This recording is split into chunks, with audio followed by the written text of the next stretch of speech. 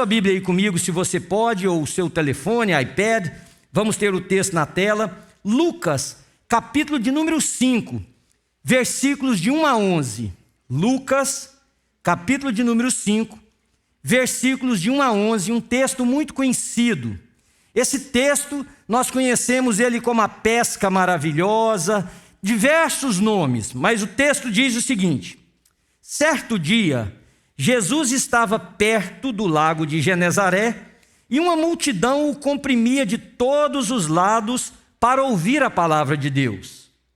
Viu Jesus à beira do lago 2 barcos, deixados ali pelos pescadores que estavam lavando as suas redes.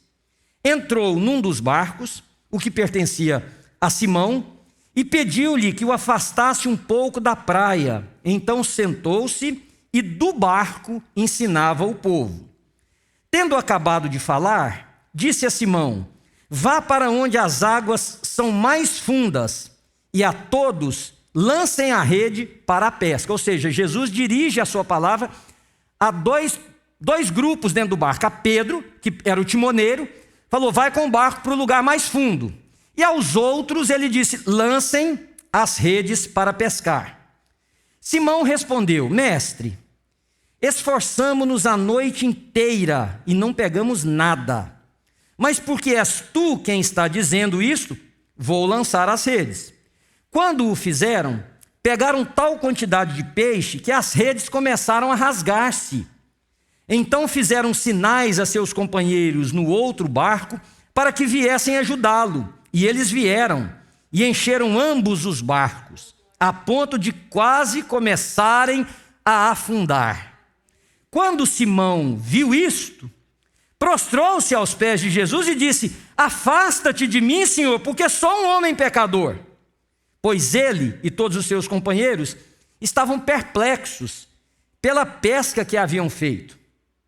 Como também Tiago e João, os filhos de Zebedeu, sócios de Simão. Então Jesus disse a Simão: não tenha medo, de agora em diante você será pescador de homens. Eles arrastaram seus barcos para a praia, deixaram tudo e o seguiram. Irmãos, essa mensagem, a ideia central dessa mensagem, não nos detalhes, eu preguei no ano de 2012 aqui na New Life. E antes eu já havia pregado por volta do ano de 2008, 2007. Por que eu estou repetindo essa mensagem? E exatamente hoje? 2 razões. Primeiro, nós vamos celebrar a ceia. E há, na minha percepção, uma compreensão um pouco deturpada do que significam os sacramentos que Jesus instituiu. 2 deles, o batismo e a ceia. Aliás, a minha preocupação não é só com os sacramentos, é com tudo o que é do Evangelho. Nós estamos pegando as coisas muito mais pelo ponto de vista e pela prática religiosa do que pela espiritualidade.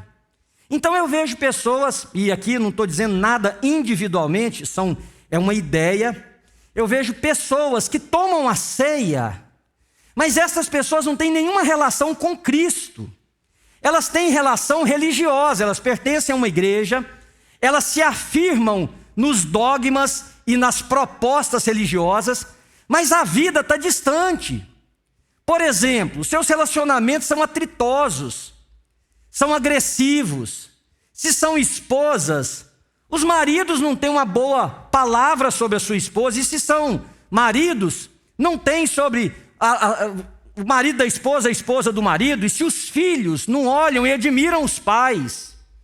E os casamentos continuam sofrendo os ataques do dia a dia, da vida, que até certo ponto é normal, porque nós estamos colocando pessoas diferentes juntas, que precisam trabalhar as suas diferenças, mas quando esse casamento ele é fundamentado numa religião e não no Evangelho, ninguém se vê como a parte que precisa ser transformada, ninguém se vê como quem precisa falar me perdoe, ninguém se vê como quem precisa ser mudado.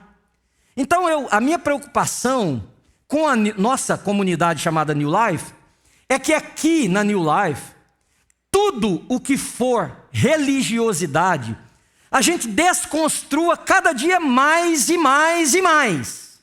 E tudo que for o Evangelho de Jesus, a gente dê mais e mais ênfase. Perigo é que as pessoas encontram facilmente na religião o que eles precisam para continuar mantendo o estilo de vida que têm, sem serem tocados. Por quê? Porque isso aqui dá validade, irmãos. Isso aqui é um perigo. O que é um perigo, pastor Jesus? Não. A igreja é um perigo. Porque a igreja pode validar o que o evangelho não valida. A igreja pode dar continuidade. Eu estou escolhendo as palavras aqui na cabeça com bastante cautela. Ela pode dar continuidade ao que o evangelho quer terminar. Você não conhece alguém que se diz cristão, mas no seu íntimo você diz assim: se esse camarada for cristão, eu não sou. Você não conhece alguém assim?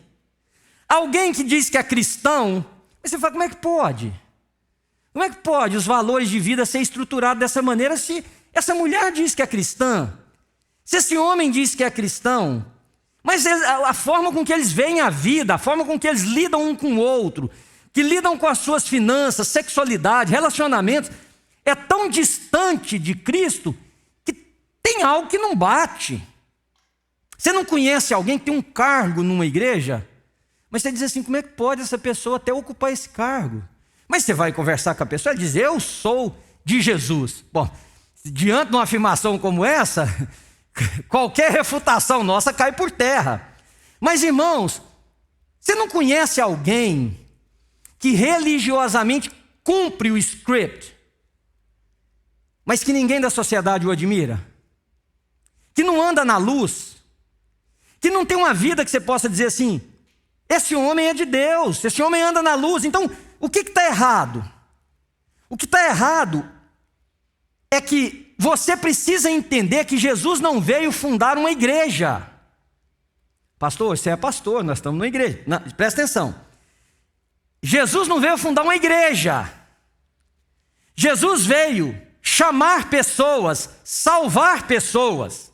Estas pessoas salvas são ajuntadas em um ambiente que nós chamamos de igreja. Para quê? Para que juntos a gente cresça, ensine a palavra, cuide um do outro, pregue o evangelho, traga outros. Mas o fim não é isso aqui, o fim é a vida com Cristo. Só que nós estamos fazendo o caminho inverso muitas vezes.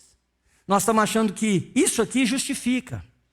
Isso aqui só justifica, queridos, quando Jesus Cristo vai transformando a vida de homens e mulheres, e nós vamos nos ajuntando, e nós temos um dia de estar juntos, ou vários dias, porque nesses encontros, Cristo trabalha em nós.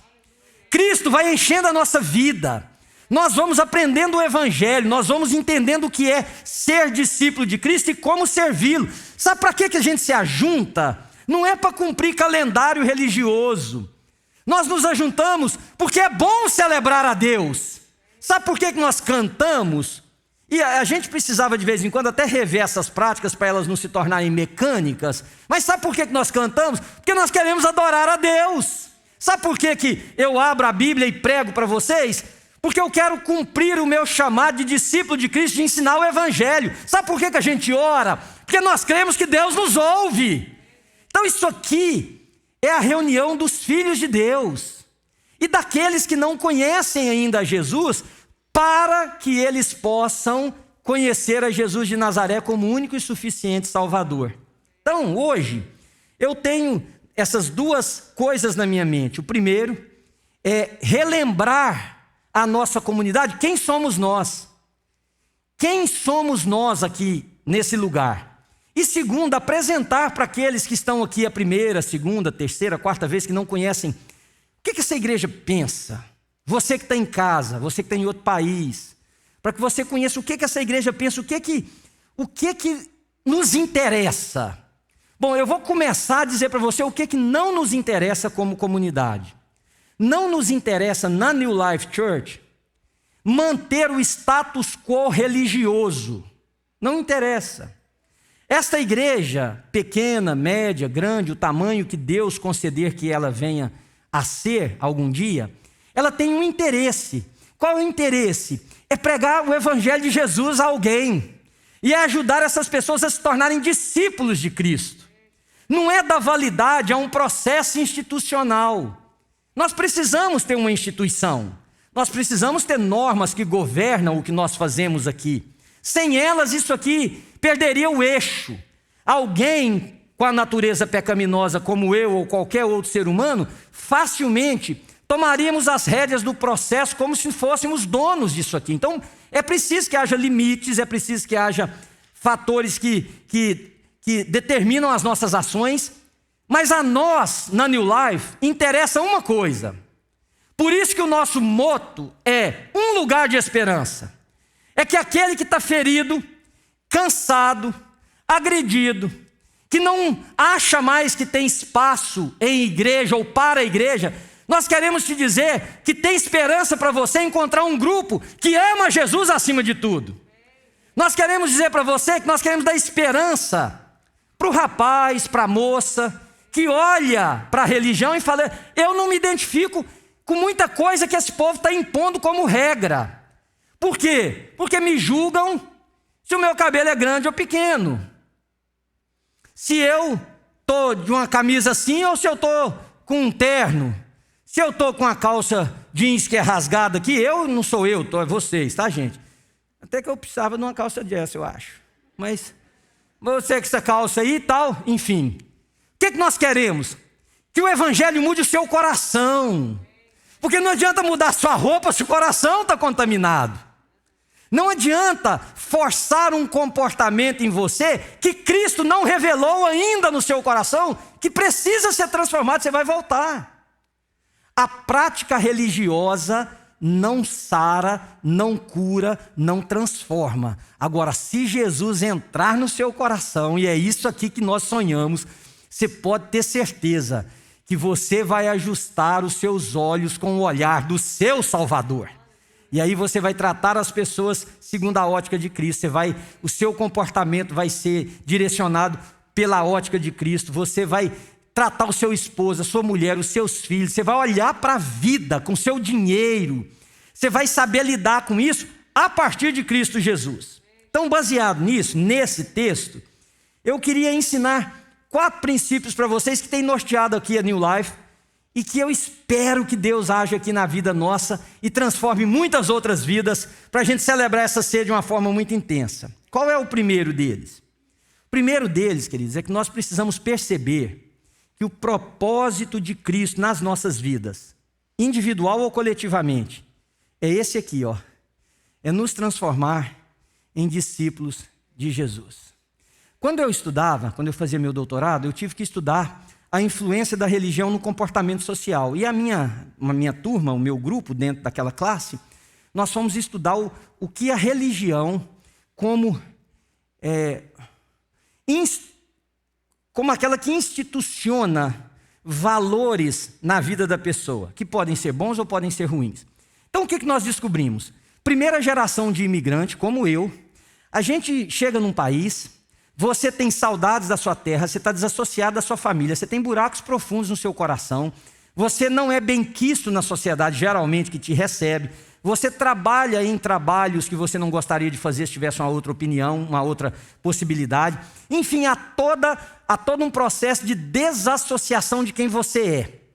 Mas essa pessoa que sofre isso lá fora, quando chega no sábado, se for uma mulher, ela veste a roupa mais bonita que ela tem. Se for o homem, ele veste um terno. Isso eu estou falando de vocês. Eu me formei já tem 10 anos, 12 anos, então estou falando de uma pesquisa de 14 anos atrás. Ele veste um terno e ele vem para uma igreja. E aqui ele tem autoridade.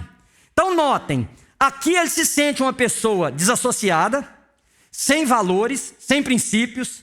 Mas aqui ele tem poder. Por quê? Ele é um obreiro. Ele é um diácono, ele é um presbítero, ela é uma missionária, é uma pessoa que tem autoridade sobre outros. E o que nós descobrimos é que em muitos casos, essa validação da vida se dava pela posição e não pela caminhada com Jesus. O que eu quero dizer para você? Jesus não veio para criar igreja, diáconos, presbíteros, obreiros, pastores, nada disso. Jesus veio para salvar pessoas e transformar essas pessoas nos seus discípulos, em seguidores de Cristo. Claro que esses seguidores ocupavam funções diferentes desde a igreja primitiva. Por exemplo, as mulheres, as viúvas helenistas, capítulo 6 do livro de Atos dos Apóstolos, está ficando sem comida. Como é que faz? Vieram falar com os discípulos, com os apóstolos. Os apóstolos disseram o seguinte: não é justo que a gente deixe o nosso trabalho para ir servir as mulheres. Não é que não é justo porque não valia a pena, é porque o trabalho já era muito. O que eles disseram? Elejam entre vocês homens com boa reputação e tal. Criaram-se os diáconos. É importante que a gente tenha presbíteros? Sim, a própria palavra de Deus diz que ele mesmo deixou uns para pastores, para mestres. Tem os presbíteros, que são aqueles que supervisionam. Mas tudo isso tem uma finalidade: não é nos empoderar, não é nos tornar maiores do que os outros. É apenas divisão de tarefa e de funções para o bom andamento do corpo de Cristo. Então Jesus veio formar discípulos, discípulos que são pastores, discípulos que cuidam de gente, discípulos que fazem isso, discípulos. Eu sou um discípulo de Cristo, você é um discípulo de Cristo. Diante da cruz de Cristo não há diferença entre eu e vocês. Somos discípulos de Jesus. Você pode dizer amém para mim, querido? Agora, essa implicação é muito grande, porque se eu e você não nos entendermos como discípulos de Cristo, nós vamos manter na nossa cabeça sempre classes diferentes de pessoas em Cristo. E aqui eu queria desconstruir mais um outro princípio. Não existe periferia no corpo de Cristo. Paulo fala do corpo de Cristo como sendo um corpo, um organismo. Então ele chega a dizer o seguinte: o olho não pode dizer assim, vai, para o ouvido, porque eu não sou, porque você não é olho, você não é parte do corpo. Todos nós temos um papel, temos um lugar no corpo de Cristo. Você pode dizer assim: eu não tenho um papel na igreja. Concordo, porque como instituição, existem limites de posições que um determinado lugar pode ter. Mas isso não pode roubar de mim e de você o fato e a posição de discípulos de Cristo. Quem é que prega o evangelho? Nós, os discípulos de Cristo. Quando você pensa assim, quem prega o evangelho é o pastor da minha igreja, porque ele tem essa função, ele é pago, desculpa, você é um religioso e não um discípulo de Jesus. Quando você aponta a gente para a igreja e você não é essa ponte entre a pessoa e a igreja, você é um religioso e não um discípulo de Cristo. Porque quem é que cuida de pessoas? Discípulos de Cristo. Quem ajuda os outros? Discípulos de Cristo. Quem dá testemunho? Discípulos de Cristo. Alguns desses discípulos são pastores, alguns desses discípulos são obreiros, alguns desses discípulos são diáconos, são presbíteros, alguns desses discípulos cantam, alguns desses discípulos tocam, alguns desses discípulos cuidam de crianças, alguns desses discípulos ajudam no estacionamento, alguns desses discípulos servem ali, o outro serve acolá. Alguns desses discípulos estão na porta do banheiro para ajudar a pessoa, para esterilizar, para que a saúde permaneça nesse ambiente. Discípulos de Cristo, vocês entendem, querido? Não é a instituição tem espaço, o corpo de Cristo não. Quando você diz assim, eu não acho espaço na igreja, você está se referindo à instituição, mas Jesus não te chamou para encontrar espaço primeiro na instituição, te chamou para encontrar espaço nele, e o espaço nele é o que valida ser discípulo de Cristo. E aí, se você puder, e se tiver a oportunidade de servir na instituição, é maravilhoso. É a mesma coisa com o dinheiro. Você diz assim, eu dei meu dízimo. Tudo é relativo se você deu o seu dízimo. Porque se você deu o seu dízimo cumprindo uma tarefa para pagar uma conta bancária, não uma conta bancária, uma conta celestial, para ver se lá no céu não falta na caderneta, lá caderneta, de vez em quando minha cabeça dá umas voltas, que no QuickBooks do céu, você não entendeu nada. Nosso dinheiro é usado para a honra e para a glória de Deus. Juntos a gente coloca as coisas aqui para poder servir as pessoas, para pregar o evangelho. Então quanto é que eu dou? O que você quiser dar, quanto? Tem uma porcentagem? Tem. Tem, mas larga a porcentagem de lado e faça aquilo que o Espírito de Deus encher seu coração. Por quê? Porque nós somos discípulos de Cristo. Você não está pagando ingresso para ser salvo. Você não está pagando conta. Ô pastor, você falar isso, a turma não vai dar dinheiro. E queridos, se Jesus não te libertar, não adianta. O gafanhoto, a ameaça da praga, da peste, não adianta. Agora, se Jesus ganhar seu coração, também não adianta te ameaçar, porque o que é seu é de Cristo e você vai usar para a honra e para a glória dele. Discípulo, é o que Jesus veio fazer. Ah, pastor, mas aí eu estou muito ferido com a igreja. Todos nós. Quem aqui nunca, não levanta a mão, quem aqui nunca foi ferido pela igreja? Por alguém da igreja, por um pastor abusivo, por uma pessoa que acha que a igreja é dele ou dela, por alguém que mentiu em nome de Jesus. Eu vou contar uma experiência para vocês. Eu fiz uma live com um amigo meu, um cientista, sobre as vacinas. Comecei a live dizendo, gente, não estamos aqui para convencer ninguém a tomar vacina, mas nós estamos aqui para trazer fatos, para trazer algumas informações, e depois você decida se você deve ou não deve tomar vacina. Se essa irmã chegar para mim e falar, não vou tomar vacina, está tudo certo, é a decisão dela, é foro íntimo. Ora, grandes seguidores, meus seguidores no Instagram, a grande maioria é cristã. Fizemos a live, foi muito legal, mas uma mulher me xingou de tudo que é nome que vocês lembrarem, de falso profeta para frente ela xingou. E eu apagava o comentário, ela voltava com mais ira. Ah, apagou? Tá, agora que eu vou xingar mesmo, e ó. Mas quando ela terminava cada um dos xingatórios dela, era o que me chamava a atenção. Ela fazia tudo em nome de Jesus. E ela dizia o seguinte, eu sou cristã. Aí eu ficava pensando aqui do lado de cá. Que violência é essa? Que não sabe dizer para uma pessoa assim, eu discordo de você, mas está tudo certo, você pensa desse jeito, eu penso desse jeito. Então todos nós já fomos feridos em nome de Jesus. Porque a instituição fere de forma inocente, fere de forma maliciosa. Nós já ferimos outras pessoas. Irmão, você nunca sabe quando é que vai ferir. Mulher aqui da igreja chegou para outra e disse assim, nossa, eu já falei, gente, não faz isso porque você vai dar fora. Mas ninguém me escuta.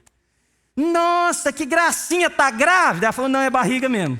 Ô gorda. Dá para você ver. Aí sai falando para outra, que, tá vendo? Não tem respeito pela gente, perguntou se eu tô grávida. Fica ofendido. Conhece isso, não? História de igreja? Eu cheguei, parece que o povo é bipolar. 3 anos atrás eu estava com a minha pressão muito elevada, e o médico me mandou fazer algumas coisas, entre elas uma dieta que eu perdi alguns pounds. Aí eu cheguei ali na igreja, já tem o quê? Uns 4 anos isso, né, meu bem? Mais ou menos, 4 anos por aí. Aí eu cheguei ali, contei isso para a Ana. Falei, meu bem, eu acho que o povo pirou. Aí uma pessoa olhou para mim e falou, nossa, pastor, você perdeu peso demais. Falei, tal, aconteceu isso, aquilo, BBB.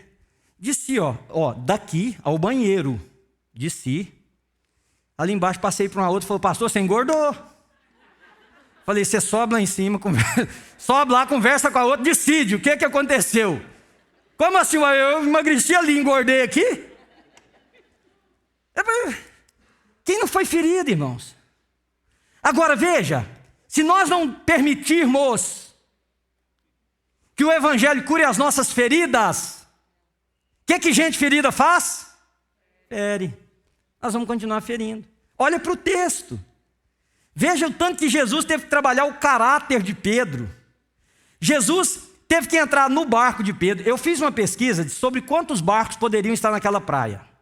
A ideia dos pesquisadores, eu li 12 deles, é entre 450 a 3.000 e tananã barcos estão ali, dependendo do horário do dia. Jesus escolhe o de Pedro. Por que não um outro? O de Pedro. Por que Jesus te trouxe aqui hoje para ouvir essa coisa? Por que você vai celebrar a ceia daqui a pouquinho? Jesus entra no barco de Pedro. Jesus pede para Pedro se afastar. Pedro já tinha trabalhado a noite inteira. Lembra do texto? Estavam trabalhando, lavando as redes, porque tinham pescado a noite inteira. Para começar, eu acho que Pedro já devia dizer assim, Jesus, escolhe um outro barco aí, tem gente aí à toa, estou trabalhando. Não, vamos ali. Afastou um pouco. Jesus prega como se não bastasse. Jesus diz assim para Pedro: agora vai lá para o meio do lago e vamos lançar as redes. Pedro podia ter dito: Jesus, as redes estão limpas, agora que nós acabamos, vamos para lá. Jesus foi trabalhando a vida de Pedro, obediência. Pedro era um homem duro. Você lê os evangelhos, você percebe que Pedro era um homem de opinião forte. É como muitos dos cristãos que nós conhecemos, e alguns deles, por não querer se dar o nome de mal educado, dizem o seguinte: não, é porque eu falo mesmo.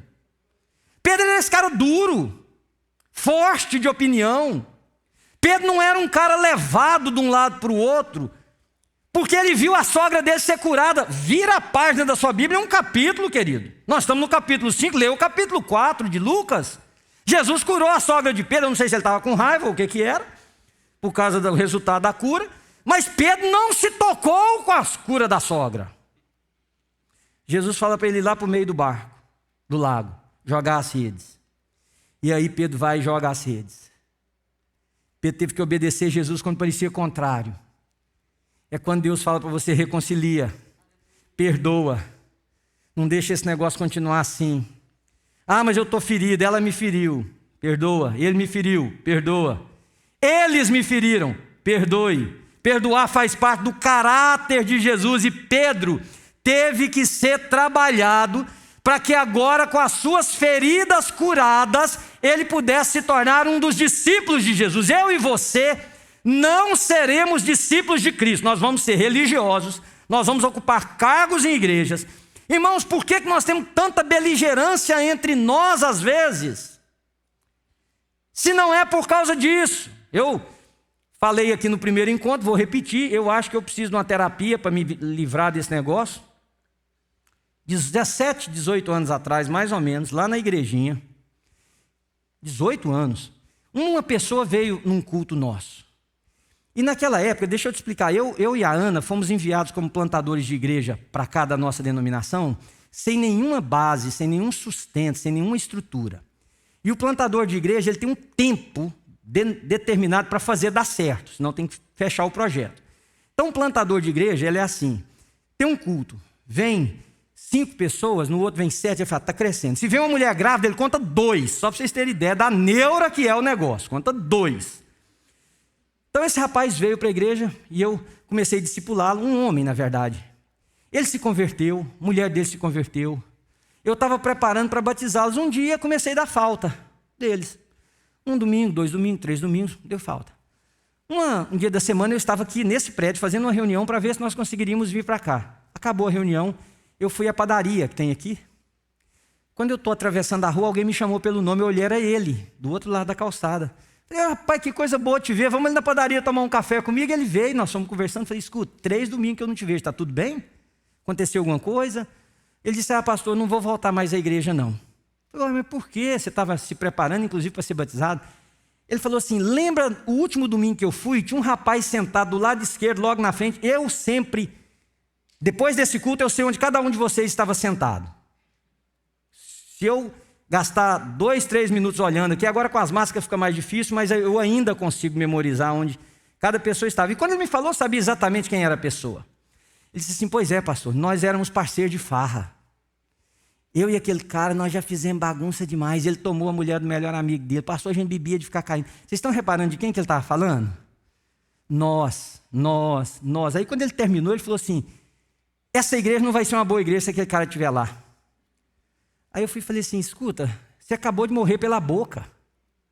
Porque você usou tudo no pronome que diz que é mais de uma pessoa. Era ele e você. Pois é, mas eu mudei. Falei: uai, ele não pode mudar?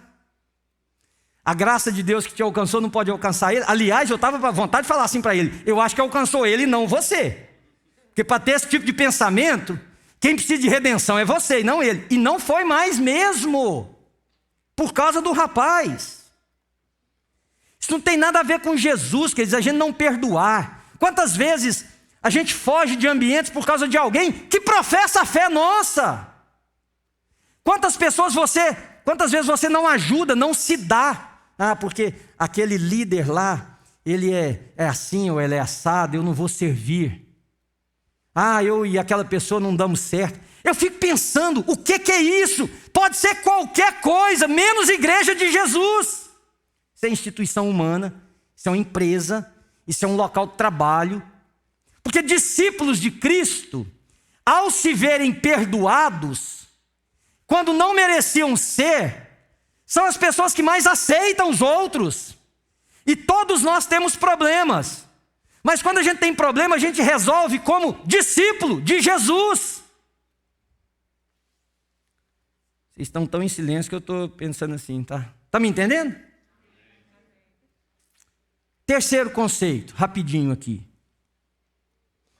Jesus não veio salvar uma pessoa, irmãos. Desencana de achar que você tem um Deus privativo. Tira essa ideia da cabeça. Tem gente que acha que Jesus é dele, que Deus é dele. E teve aqui na New Life também, 18 anos atrás, na mesma época. Gente, eu sofri naquela época, meu Deus do céu. Veio um irmão para a igreja e ele e um outro brigaram. Coisa raríssima de acontecer com crente. Raríssimo, mas brigaram. Aí eu fui apaziguar a briga, cheguei lá, estou conversando com um, conversando com o outro, e esse outro era cristão há muito tempo, que eu vou contar agora.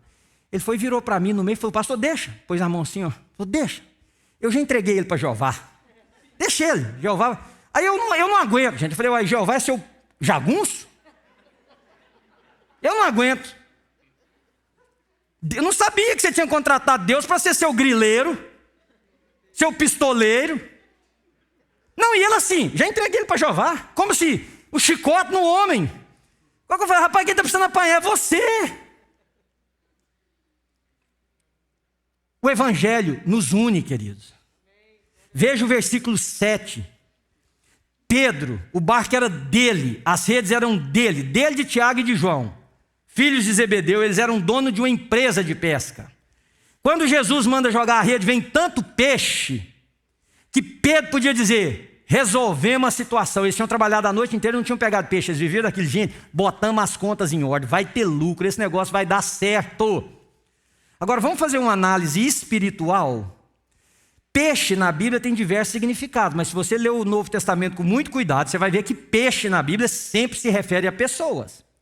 A rede, que também tem outros significados, nesse e em outros lugares, ela é como se fosse o evangelho que é lançado para pescar pessoas. Tanto que doravante, vocês não serão mais pescadores de homens, de peixe, perdão. Vocês serão pescadores de homens.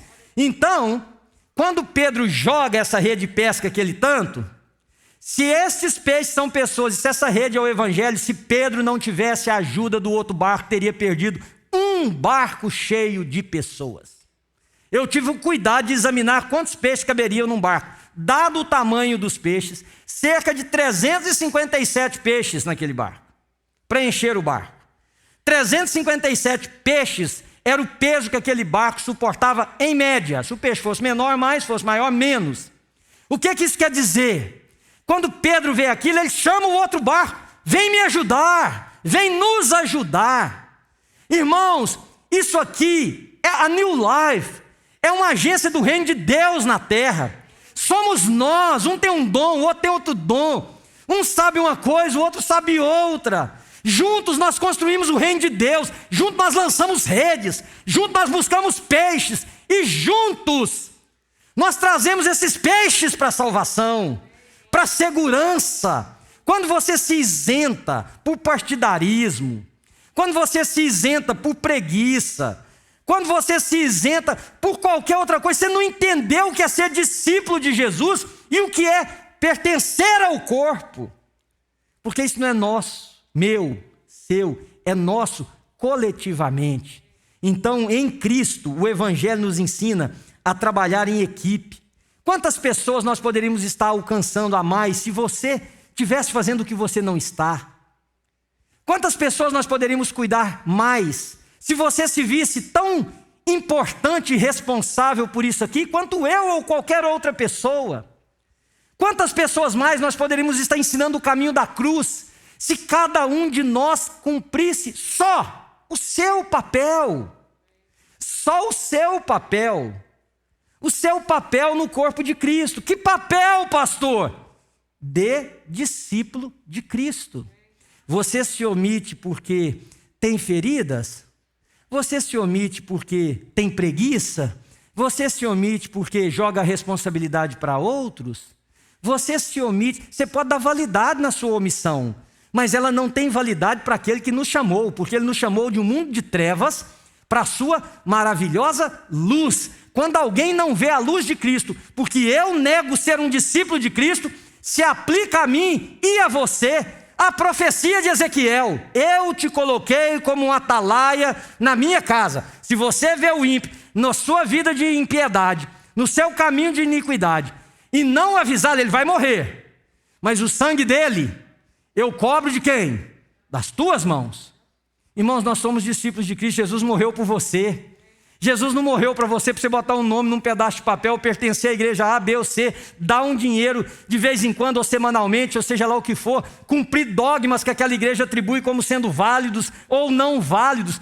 Jesus morreu para te tornar um discípulo dele, com o coração cheio de alegria, cheio do Espírito Santo de Deus, para que então você possa operar nessa sociedade como um discípulo de Cristo e não como um membro de igreja. Sabe por quê? E essa pandemia revelou muito isso. Se a estrutura se desintegrar, a igreja de Jesus jamais deixará de existir. Jamais deixará de existir. Porque a igreja de Jesus usa a estrutura. Ela não é a estrutura. A igreja de Jesus sou eu e você, cheios do Espírito, levando a mensagem do Evangelho. Você pode dizer amém para mim nisso? Examine-se, pois, o homem a si mesmo, e então coma do pão e beba do cálice. Última. Entenda que as pessoas precisam, e nós precisamos ajudar isso, queridos. Eu e você. Tem uma experiência que eu vivi antes de vir plantar a New Life. Eu já falei aqui, eu gosto muito de conversar com pessoas, mais jovens, mais velhas, não importa. Qualquer decisão que eu vá tomar, ainda que eu tenha todo o know-how, eu gosto de ouvir uma porção de gente, para ver se confirma o que eu acho que é certo, para ver se tem alguma coisa que eu possa estar errado, enfim. Quando eu conversei com um pastor amigo meu, grande amigo meu e da Ana, lá atrás, 25 anos atrás, ele disse assim para mim: Manuel, tem um dia no seu ministério, guarda o que eu estou te falando, que você vai ter que fazer uma escolha. Que escolha? Eu perguntei para ele. Ele falou: você vai ter que escolher se você cuida de ovelhas ou se você pastoreia bodes. Falei: tá, explica para mim mais. Ele falou: uma coisa vai ficar clara no seu ministério. Toda igreja tem filhos de Deus e tem filhos das trevas. E é verdade, gente. Essa não é diferente. Todo mundo que vai se tornar membro da New Life, eu digo, aqui tem gente boníssima, mas aqui tem gente do cão. Aqui tem gente de primeira linha, aqui tem gente de 18ª linha. Aqui tem gente honesta, tem gente desonesta. Tem gente aqui que eu falo para você, pode entregar o que você tiver na mão. Tem gente aqui que eu falo para você, não chega nem perto. A melhor coisa que você faz é ficar longe. Que isso, pastor? Estou falando mentira ou você quer que eu aponte? Toda igreja tem isso. Toda igreja tem gente que se passa. Gente, quem está dizendo não sou eu. Jesus disse assim: tem joio e tem trigo. Parece demais, mas não é a mesma coisa. Dá pendão, dá cacho. Você olha de longe e fala assim: plantação de trigo. Pode ser de joio. E Jesus ainda disse assim: não tenta arrancar, porque você vai errar. Então o que nós estamos fazendo aqui não é arrancando, mas nesse bando chamado de igreja, qualquer uma que for. Eu acho graça quando alguém quer denegrir uma imagem de uma igreja e fala assim: fulano é daquela igreja. Cada um tem o seu bando aí, queridos. E nesse bando tem gente de Jesus. E tem gente também. O que é o nosso ponto aqui de entender? Que tem gente que se converteu a uma proposta religiosa. A mulher que me xingou, sem querer isentar as diferenças aqui, você pode... Eu vi irmãos dessa igreja ficarem inimigos por causa do partido político. Um era do presidente 1, o outro do presidente 2. Assim, de não terem mais comunhão. Um deles de me dizer, não frequenta nem o culto que ele vai. Eu falei, meu irmão, ó, tanto que isso é insano. Sabe a quem que essas pessoas se converteram? A uma proposta religiosa. E o que eu quero ensinar para vocês é que nós precisamos nos converter a Jesus de Nazaré, querido. Não é a mesma coisa, pastor? Às vezes não, gente. Às vezes é como o norte e o sul. Às vezes sim. Você se encontra com Jesus e você se encontra com a religião no sentido mais puro da palavra, que é o religare, que é juntar o homem a Deus. Por isso que o título de sumo pontífice não pode ser dado ao Papa de Roma. Só existe um sumo pontífice, um que constrói a última ponte, que Paulo, ensinando a Timóteo, diz: existe um só nome dado entre os homens e Deus pelo qual você pode ser salvo, que é o nome de Jesus de Nazaré. Então o sumo pontífice é Jesus Cristo de Nazaré. Ele nos ligou ao Pai, isso é o religare. Nesse sentido da religião, maravilhoso. Mas quando a religião serve de subterfúgio, de esconderijo, de disfarce, para as nossas áreas não tratadas do coração, para a pecaminosidade que abriga nosso ser, queridos, ela vai nos matar. Quando ela funciona como forma de implementação de valores que são nossos e não necessariamente do Evangelho. Gente, eu fico olhando a incoerência através dos tempos. Eu tenho 55 anos de idade, quer dizer, eu já vivi diferentes períodos da história, mas eu já vivi um período da história em que televisão era proibido para crente. Você que é mais novo, talvez não saiba, alguém te contou, mas deve ter alguém aqui que lembra dessa época. Crente não assistia televisão.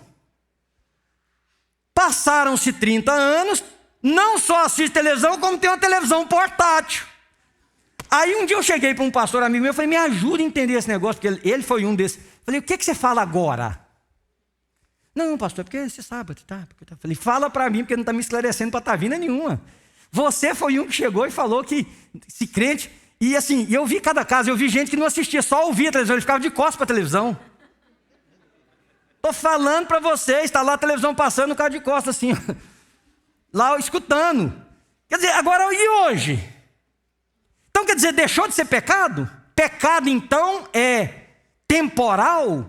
Pecado é de época? Não, quer dizer, porque nunca foi. É porque tem uma loucura em homens e mulheres de implementar em qualquer ambiente social as suas próprias definições da vida. Só que nós precisamos entender o que é do Evangelho e o que não é. Quantas pessoas nós já mandamos para o inferno por causa de uma tatuagem? 2 brincos na orelha. Quer dizer, 1 pode, 2... 1 é céu, 2 é inferno. 3, deve ser os quintos infernos, então. Deve ser. Não, estou fazendo apologia de uma coisa ou de outra. Não, eu só estou levando você a pensar e questionar. Porque se você mandou alguém para o inferno por causa de 2 brincos, e esses 2 aí na orelha da senhora?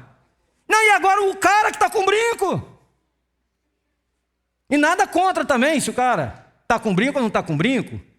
Mas por quê? Não tem a ver, nós, irmãos, nós fomos chamados para nos converter a Jesus de Nazaré. A Jesus de Nazaré. E convertidos a Jesus, tudo em nós vai ser convertido. Convertido a quem, pastor? É aí que está o perigo. Cuidado para você não converter a Jesus de Nazaré e o resto tudo ser convertido a uma religião. Porque senão você dá um passo na direção certa e 3 para o lado errado.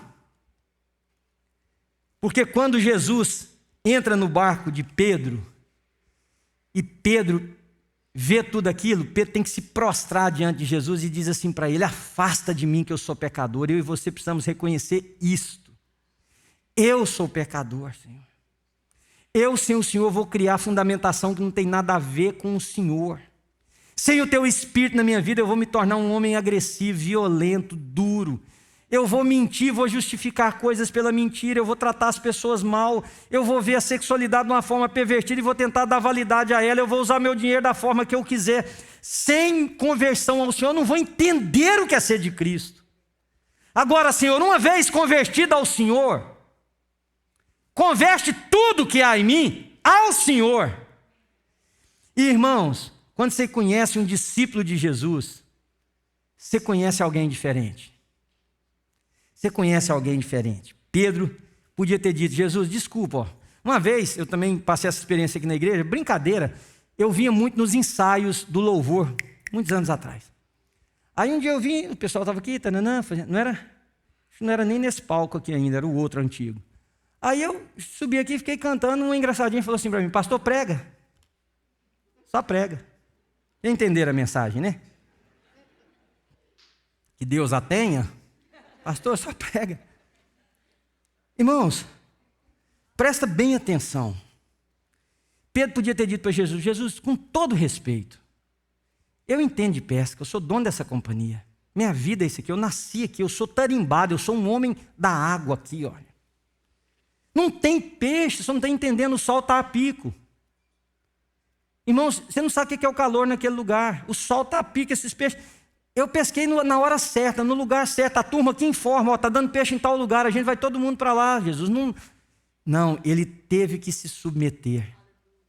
É isso aí, aleluia, minha irmã, porque ele teve que se submeter a Jesus e dizer: eu acho que nesse negócio não vai dar certo, mas se é o Senhor que está mandando, eu vou fazer. E quando aconteceu, ele teve que reconhecer: Senhor, eu sou pecador. Será o que Pedro estava pensando naquela hora? Na hora que o Senhor me mandou vir para cá, eu fiquei numa ira. Aí você traduz isso, traduz agora, o Espírito de Deus traduz na sua vida, no seu casamento, na criação dos seus filhos, na sua relação profissional, em qualquer área, traduz isso.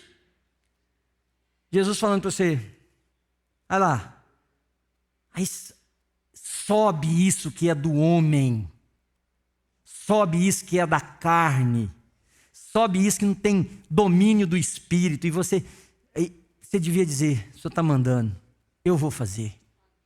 O Senhor está mandando, eu vou fazer. Eu vou olhar nos olhos dessa pessoa, eu vou ter esse diálogo, eu vou repensar essa coisa, eu vou retroceder naquela posição. O Senhor está mandando, eu vou. E sabe o quê? Que quando der certo, não bata no peito, não. Caia de joelho e diz: Senhor, quem sou eu? Que homem embrutecido, que mulher é esta? Como Pedro fez. Eu sou pecador, afasta de mim, Jesus. E aí Jesus pode vir pôr a mão, porque nós precisamos nos converter a Jesus de Nazaré.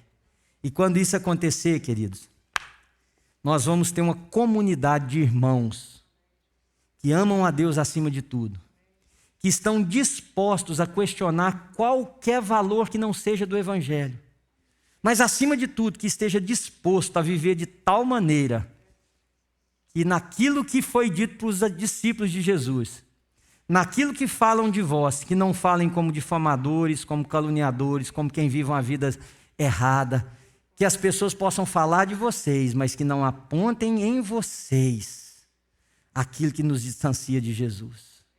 Jesus vem buscar uma igreja, qual? Filhos e filhas, espalhados por todo lugar, gente que a gente não quis, gente que nós não achamos que era digno.